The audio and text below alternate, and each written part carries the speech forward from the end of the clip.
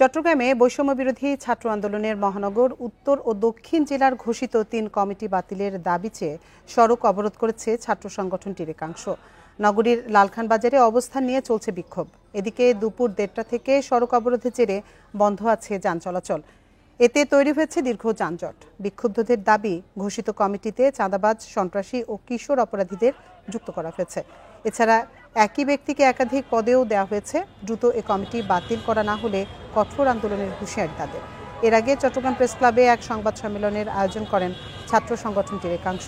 এ সময় বিতর্কিত এই কমিটির জন্য হাসনাত আবদুল্লাহ ও আরফ সোহেলকে দায়ী করে তাদেরকে অবাঞ্ছিত ঘোষণা করা হয়। পরে শতাধিক কর্মী এ ৩ কমিটি থেকে পদত্যাগের ঘোষণা দেন।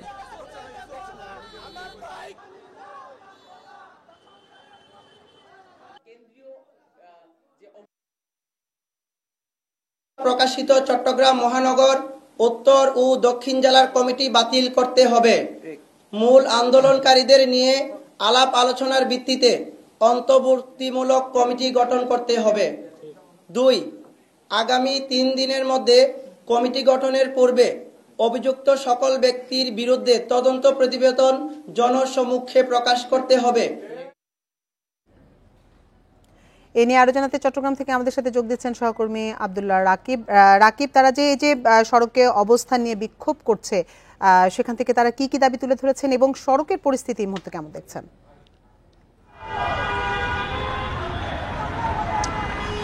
তারা সংবাদ সম্মেলন আসে যে দাবিগুলো এনেছেন গতকাল রাতে চট্টগ্রামে যে 3টি কমিটি ঘোষণা করা হয় বৈষম্য বিরোধী ছাত্র আন্দোলনের, সেই কমিটিগুলোতে তারা বলছেন যারা আন্দোলনের সময় সম্মুখ সারিতে ছিলেন তাদেরকে মূল্যায়ন করা হয়নি, এবং সেই মূল্যায়ন না করার ফলে তারা বলছেন যারা ত্যাগী ছিলেন এবং যাদের ভূমিকা রয়েছে তাদেরকে না ফলো করে, এবং তারা বলছেন যে একটি পক্ষের উস্কানিতে এই কমিটি করা হয়েছে এবং তারা যারা প্রকৃত যোদ্ধা তাদেরকে মূল্যায়ন করা হয়নি।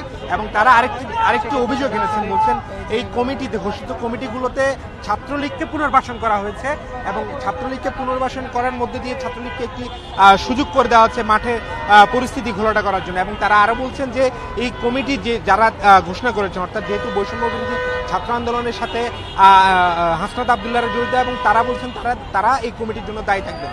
আমরা দেখেছি সংবাদ সম্মেলনের পরপরই তারা জামাল খান থেকে একটি মিছিল নিয়ে এই লালখান বাজার প্রধান সড়কে এসে মোড়ে এসে তারা জড়ো হয় এবং প্রধান সড়কে বসে পড়ে তারা বিক্ষোভ করতে থাকে। এবং এটি চট্টগ্রাম নগরীর অত্যন্ত গুরুত্বপূর্ণ এবং ব্যস্ততম একটি সড়ক বলা চলে। শহরের মূল যানবাহন এই সড়কটি ধীরেই চলাফেরা করে, এবং তারা এই অবরোধের ফলে আমরা দেখছি দীর্ঘ যানজট তৈরি হচ্ছে। বিশেষ করে বদ্দারহাট জিসি থেকে শুরু করে আগ্রাবাদমুখী যে সড়ক আছে সেই সড়কে থাকা প্রত্যেকটি গাড়ি আসলে দীর্ঘ যানজটে পড়েছে। বলা চলে 2 থেকে 3 কিলোমিটার দীর্ঘ যানজট তৈরি হয়েছে। এবং কিছুক্ষণ আগে আরেকটি যে সড়ক ছিল কাজির দেউরি থেকে আগ্রাবাদ অভিমুখে যে সড়ক, সেটি খুলে দেওয়া হলো।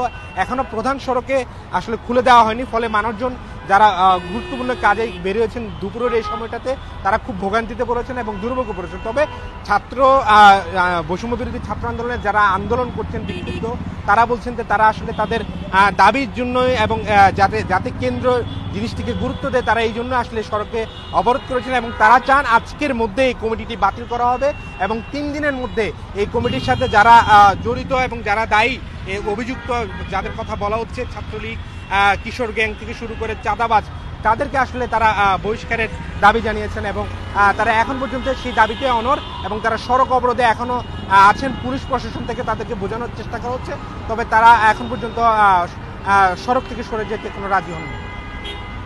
চট্টগ্রাম থেকে জানাচ্ছিলেন সহকর্মী আব্দুল্লাহ রাকিব।